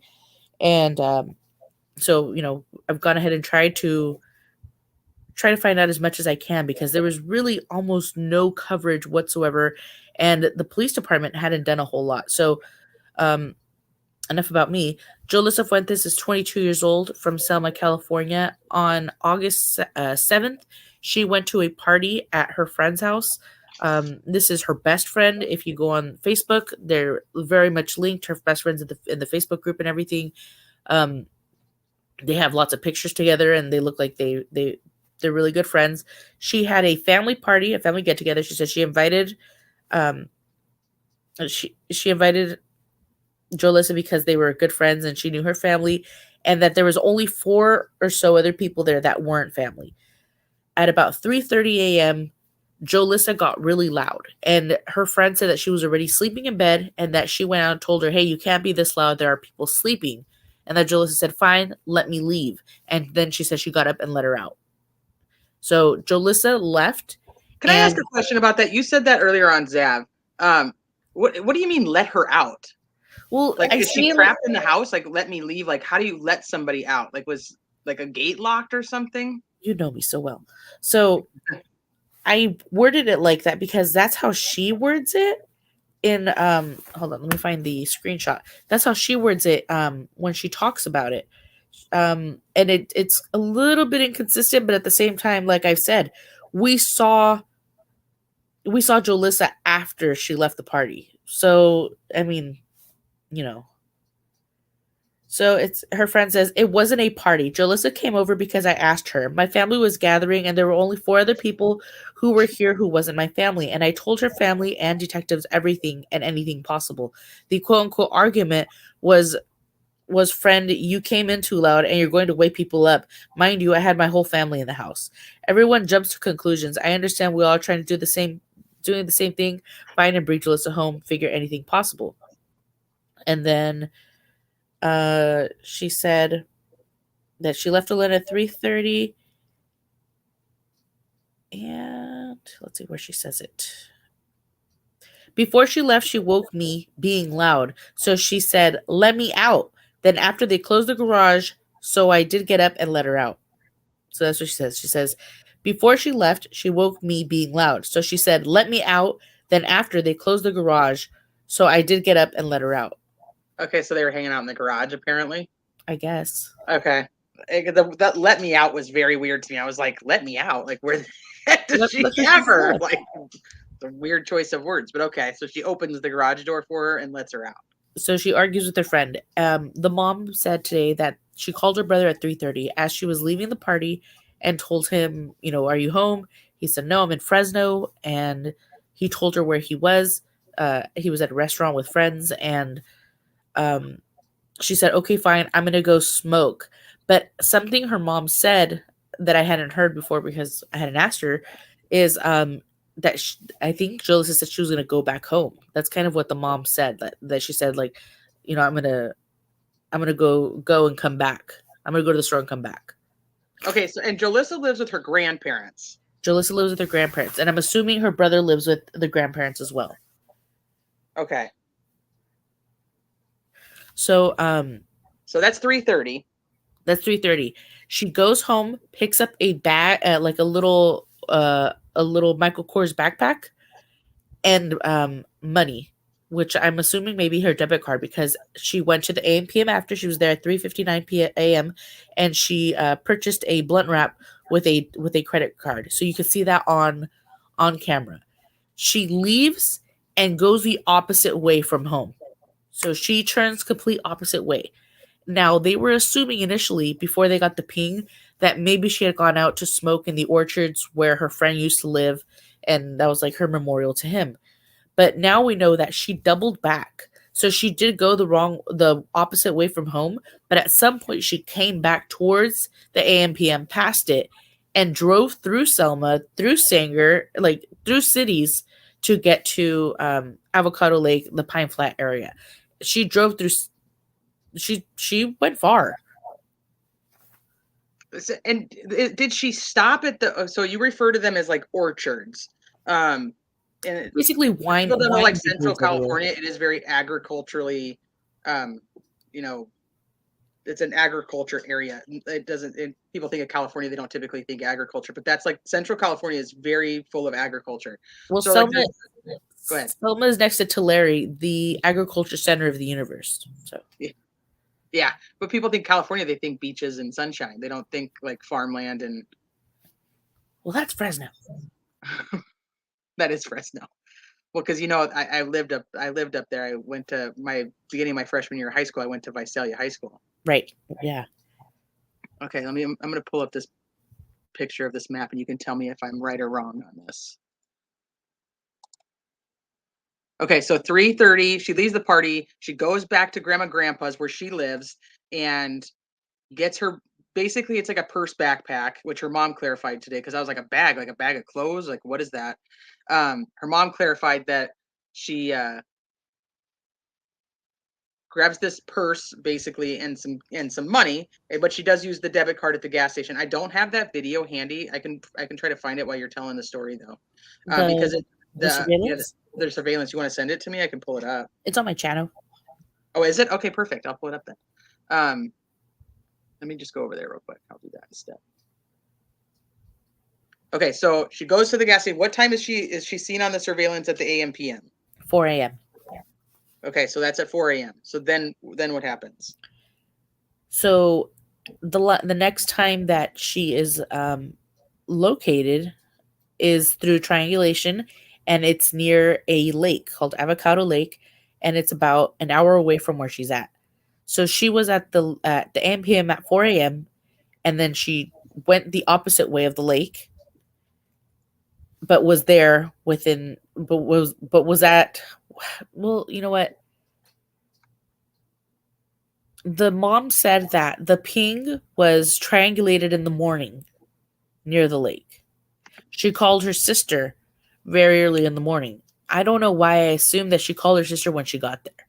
But if I'm right, that means that she still had 30 minutes. So wherever she went after she left AMPM, she was gone for about 30 minutes before she doubled back over and started driving towards her destination of Avocado Lake. Okay. If that makes sense. Yep. So what I was going to ask you about these orchards is there does she stop there?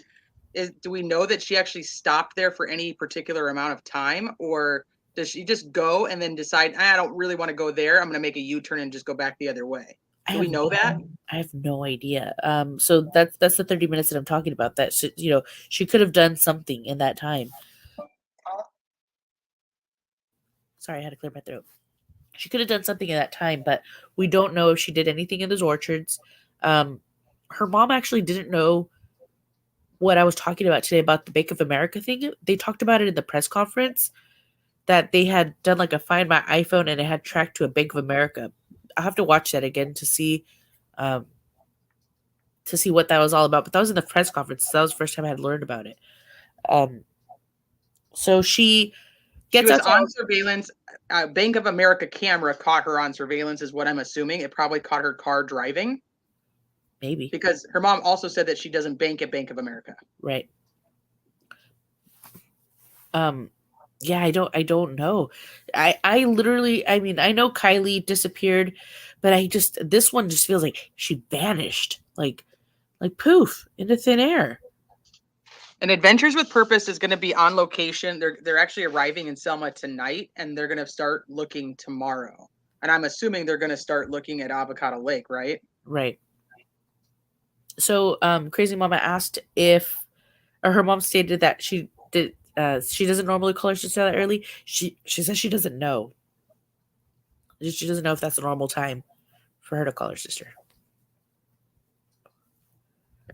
And then she does look mad in the video to me. She does stagger a little looks bit. like she could be related to you. I'm gonna be really honest. I see that. I can see it. I can see why you're very attached to this case. What not to mention it's close to home, but I mean, okay, let me add this. Let me get rid of this again.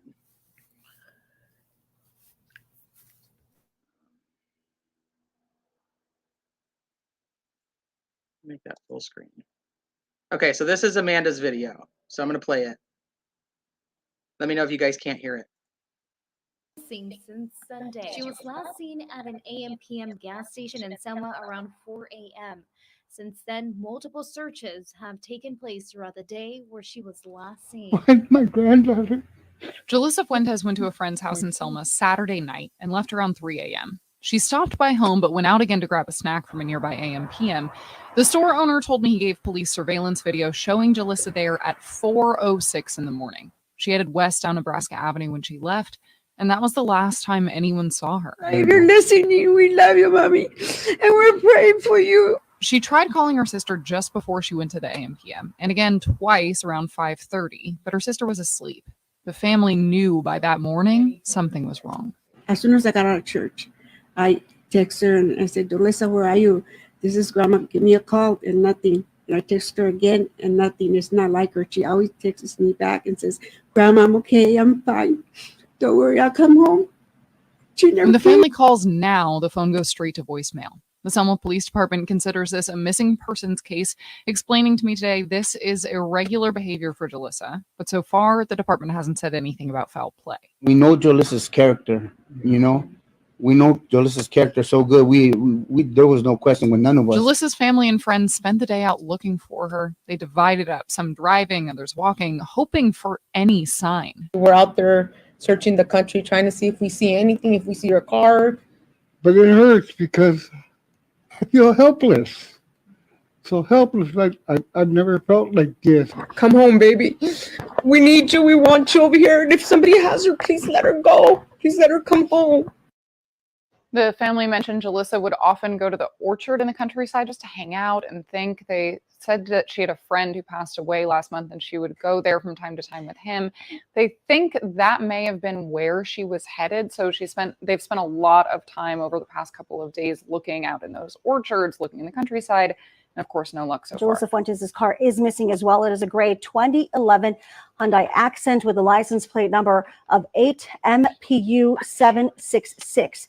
It has a mark or dent on the front passenger side of the wheel frame. If you have any information on where she might be or any other tip that you think could help police find her, call 559-891-2252. Trying to find anything that any belongings of my daughter, whether it was her purse, any of her clothing, her car, and I hate to say it, even my daughter Jolissa herself. was last seen at this AM/PM at Highland and Nebraska Avenues in Selma last Sunday. Here's surveillance video from that day. Jolissa pulls up at 4:04 a.m.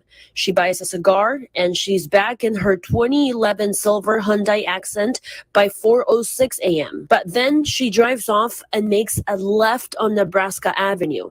Her parents say she lives with grandma and she should have made a right turn to go back home. We don't know why she turned left. Her loved ones don't think Jolissa would disappear on her own, though. Her phone's been off.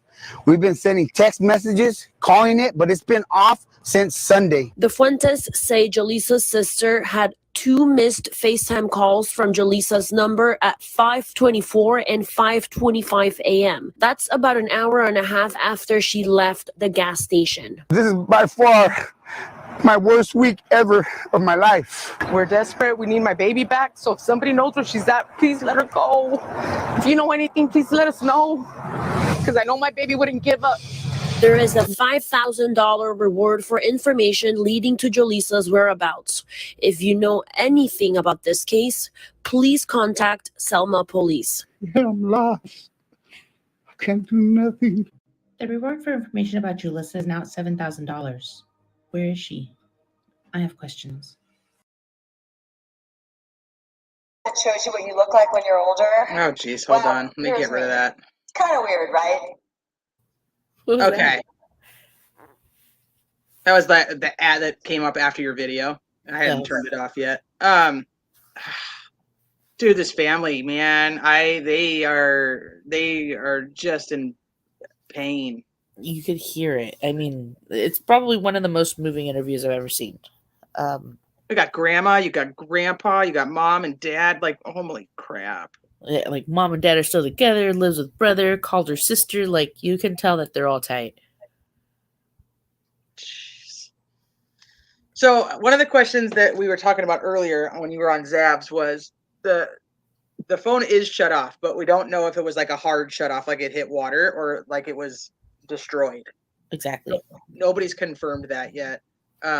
So basically, we know she calls her brother after she leaves the party. She goes back to her grandparents where she lives, gets her bag, gets her debit card money, goes to AM/PM, buys something, leaves, and on that surveillance, she is flinging that door open pretty funky. I don't know. That kind of throws me. Like, she's pissed. She's pissed.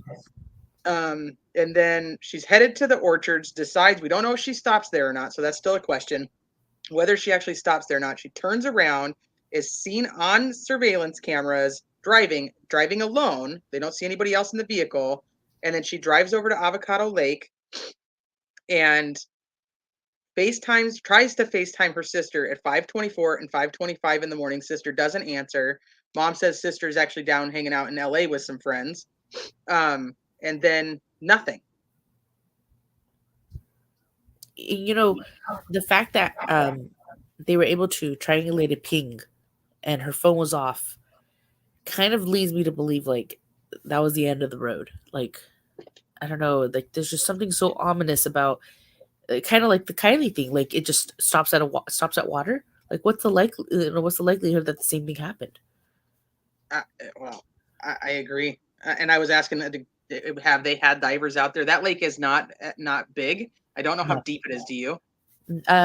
It doesn't look very deep. So Doug from No Thanks Investigates went yesterday and did drone footage, and it doesn't look super deep. You can see divers in the water, and then there was other people on the Facebook groups the day before posting videos of like of just the waterway, and then you could hear the helicopters tracing over the water. So, with that being said, we're guessing that where they're looking is where they think the ping came from.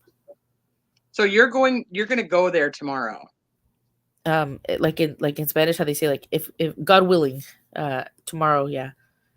Okay. Are you going to go live from there? Are you going to be C-Dub? Hey, hi, C-Dub. stranger. I haven't seen you for so long. He's alive. So are you going to try to go live from there? Or are you feeling like that you might feel a little icky doing that? Like, what are you thinking? Are you going to like maybe post pictures on your community wall, or? I think I'm going to. So, like, I really do want to drive the route that I think she drove from Selma. So I'm going to go to the AM/PM, like where I could last figure it out, and take the back streets road to Pine Flat Creek, or the area of Avocado Lake, because it's called the Pine Flat area, but it's Avocado Lake. So I feel confused when I say it, but I want to go there, ask like Apple Maps to take me to where she went and like through the back streets and see where my little heart takes me. Like, I don't know. I feel like. Are you going to go to Avocado Lake first though? Because I mean, obviously if AWP is going to be working there in the morning, it may be hard to get in, but also they're known for finding whatever they're looking for pretty quickly. Well, you're right. I should probably head there first and then do that on the way back, huh? That's why I'm asking you. That's what I think my thought process is, but I'm wondering what you're thinking. Well, I was like thinking you're going to go with what your heart thinks, so I'm totally with you. No, you make more sense though. But I wasn't going to go live the entire time. Like, I have what I call is my bat phone, which is just my iPhone previous to my upgrade, and I think I'm going to record from there to put into videos, and then I'm going to go live a little bit, like especially if I see family or searchers or whatever. But I will do a live feed, and this is all God willing that I make it there, because you guys, I got a million kids. It feels that way. Well, why don't you just drop them off down here tonight and then go back up there It's, you know, the sad thing is that it's just so hot. It's not safe out there. You know, Oh, it's sad. it's incredibly hot right now. Yeah. It's so hot. It's so sad. It makes me so sad. Like, just you want her to be safe and you want her to be somewhere, but you're like, at the same time, if she's indoors, you know, it's not, the likelihood of being good is not good. Well, yeah, no matter which way you look at it, it's not, there's not a good ending here. I mean, if she's alive, obviously that's a better ending, but if somebody's taken her or anything along those lines, that people aren't just taken for non-nefarious reasons. You see what I'm saying? Like, Yeah. So then it's the same as I always thought with like Kiely, like, you know, if she's out there, what's happening can't be good either. And, you know, I'm not going to pretend like Jolissa is far away from like trafficking. Like, it could have very well been trafficking as well. Like, that's so real, and she's so young. We don't know. We really don't know, and that's why, I don't know. I feel so horrible for her family and for her as well. I just want her found. I haven't felt like this in a long time. Because you get attached. Yeah. And like I was asking you before we started the live, like, her family is prepared for the fact that she most likely isn't alive. Her dad said in an interview, like, he just wants to find her car. He says, like, even if we just find her, like, you know, I think they know, they're open to, they just want to find their daughter, and it's so close to me. I feel like the past few days when I've been sitting at home because I'm sick right now, I felt anxious. I was really anxious. Like, I can only imagine how they feel. Oh God! I mean, the pain is just coming off of them. Yeah, and you the reason feel we it in did a video, like, that's immense. That's an immense pain. The reason we did the interview so early was because Norma has to go back to work. She had taken time off, and her time off is over. Like, so she's literally working and having to search for her daughter after work, do interviews in the morning, go to work, search for her daughter, talk to law enforcement, talk to family. You know, like, she's got so much on her plate right now. And she also mentioned she did not talk down about the police department in the area, but she did kind of say that she's not getting a lot of communication either. Yeah. And they just did a press conference, and I would try to play it for you guys, but the sound quality of it is terrible from anything I can find, and so you guys wouldn't be able to hear it. So if you want to go look for that on your own and try to find a better one, by all means, please do. But they didn't do a press conference for 16 days. Yeah. 16 days, there's no press conference. And that's typically because they'll do the press conference, and in my opinion, they did it because Adventures with Purpose made the statement when they found Kiely that they were headed to look for Jolissa. And so, of course, the news outlets are like, all right, well, let's go find out what's going on with Jolissa so we can cover that too. And they start contacting the police department, and now they're like, crap, now we have to do something. When I actually talked to somebody live at the police department, they said, you know, I was asking them if they were going to do a press conference or whatever. And before they transferred me over, they're like, why are you media? And I'm like, what does that even matter? They're like, no, I actually just care. I care. I want to know what's going on, and I want to know what you guys are doing. Yeah.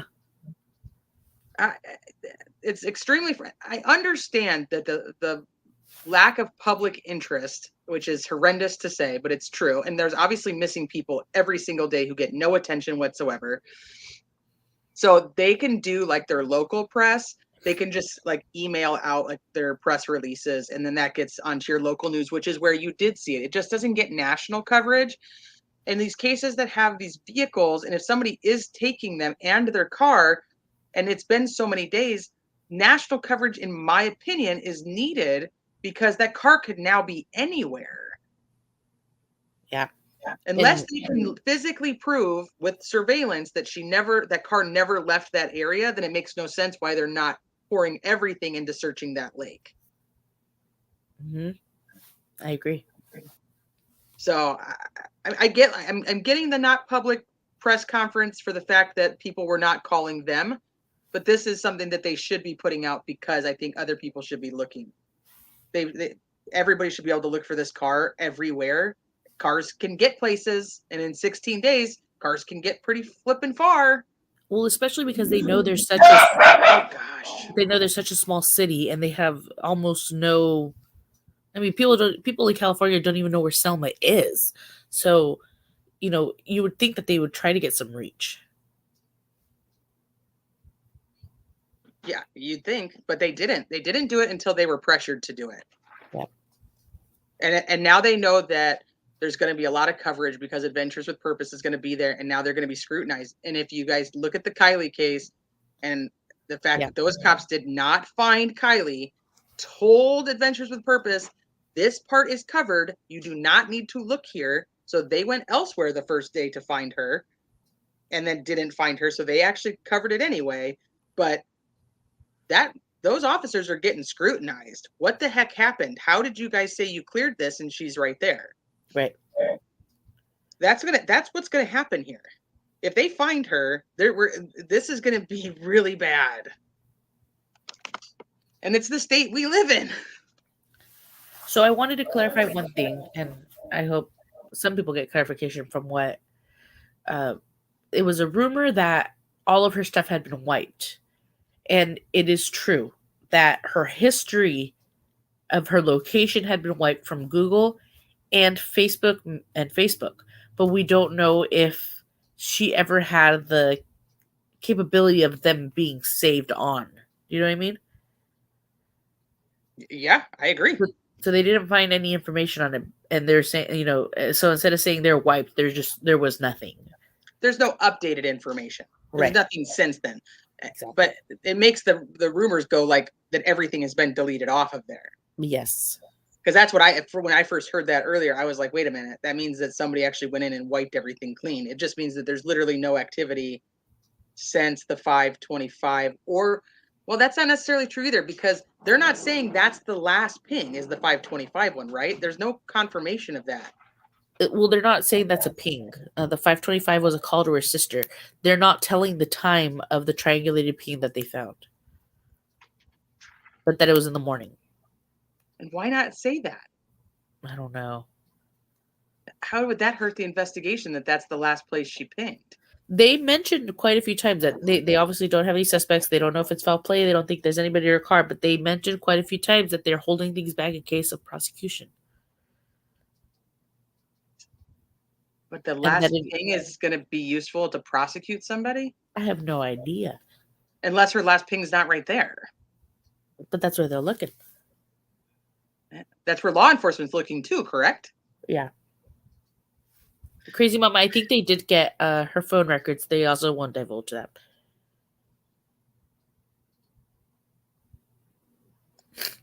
One of the questions that kept popping up was about the dating sites. Yeah. If nobody, her brother wasn't coming to hang out with her, so she was going to smoke on her own. Like, did she contact somebody else to have them come out there and hang out with her so she wasn't by herself? Is that why she ended up turning around? Because this person's like, hey, I'll meet you here. And that's why she doesn't go to the orchards and just flips around and goes back down to the lake. Yep. And so her mom says that she didn't have dating apps. And obviously the mom isn't always going to know. Let's be real. And two, the mom does say that her and her sister, Irene, are very close. And Irene says there wasn't dating apps and Irene would know. But then I also go, not everybody's proud that they're hanging out on the Tinders. No. You know what I mean? It's not something you want to tell your sister about, or you know what I mean? Or I don't know. So I'm thinking, like, is there something? Did she go to meet somebody else? It could totally be possible. Like, especially because Tinder and Bumble and Plenty of Fish and all those, sometimes they can just be friend finders for people, like somebody to hang out with. Hey, I just want to smoke. Like it's like a Craigslist advertisement. And serious shit. Yeah. And that's why moms and sisters aren't always the first to know that those apps exist on your phone. Yeah. Because they're going to be the ones that tell you, like, yeah, no, you're not going to meet some strange person to go hang out with in the middle of the night. And one thing, I don't want to disregard either is she could not have boyfriends, but she could have girlfriends. And maybe that was a secret too. That's very possible. Secret. Yeah. Yeah, I wouldn't want to be telling my sister I was hooking up with some randos on apps. I know Right. my sister would be like, "What the hell's wrong with you?" You're You know, but impure. her mom says she didn't have a lot of friends. She had a tight circle, Yeah. which to me, as much as her mom takes pride in that, that means that she has to go out somewhere else to find love. True. And she's 22 years old. And it's already She's not- hard to find love in Fresno County. Right? I mean, it's hard to find love anywhere, but I mean, just even that companionship. Like, okay, so your friend just told you to go ahead and leave, so you don't have those people to hang out with. You contact the people that you are closest with, your brother, your sister. They're not around, and you don't want to be by yourself, obviously, because you didn't stay at home. If you wanted to be alone, you could have just stayed at home with grandma and grandpa. So you're out. My thought is that did she go to meet somebody? And you know what? You're not the first person I've heard saying that, and that's kind of where my brother's at. Because right now, I'm bouncing a bunch of stuff off of him because he's been around for this, and you know, that's what he keeps saying. I'm like, I don't know. I really don't know. All I could think in my head is up and vanished. Just up and Yeah, vanished. literally. So I'm very curious if what they find tomorrow, because I Yeah. don't think it will take very long if she is there. And if they don't, then I'm really sticking with my thoughts that she was meeting somebody she didn't want other people to know she was meeting, and that person said, "I'll meet you here," and that's why she turns around. But I hope that you do get some footage, and not because like I want you to go out there and be like voyeurish. I for all of us that now actually are in this with you and care about this case and the outcome, I want to be able to see what happens. Same. I want to do it. My So even anxiety. if you just get to take pictures and like post them on your community wall or anything, if you guys aren't subbed to Amanda's Vita's channel, please make sure you guys go over there and sub to her channel so we can pay attention tomorrow throughout the updates. And even if you're not able to make it, I know that you still have contact with her family. Yeah. You know, maybe they can give you some updates that you can give to the public, because this is nuts. This is nuts that this is the same situation, basically. I really do want to go. But I know me, and if I'm gonna decide to go right now, I have to start getting ready like right now. It's gonna take me all day to get ready. Well, do what you got to do. I am. Your viewers need you, and we're very happy that you're coming back onto the tubes and asking questions. I have so many. I know you do. I always do that, and I'm like, in the name of Amanda's Vita, I have questions. But I do. I have a lot of questions with this. It could be very simple, but it's also very weird because she was obviously sitting pretty still, but she just decided, I'm just going to drive forward. I don't know. It's kind of different. She's not like she was. I don't know. I'm not going to get too far into because I have too many. And she wouldn't miss work, so she was supposed to come back. She worked 6 days a week, and her only day off was Sundays. Yeah. So it was her only day off. But her family, like they said, that they knew immediately there's something wrong because this is not normal. Yeah, her grandma said she knew right after she got out of church. She said that it wasn't normal. C-Dub says, I made you Zanny the nanny. Then I just fall asleep. Yeah. Well, I don't know. Well, I thank you for coming on here, and thank you for telling everybody about her, about Jolissa Fuentes, and keeping her name out there. And thank you for sending it to me, even though I wasn't able to do anything with it for a while. I will follow.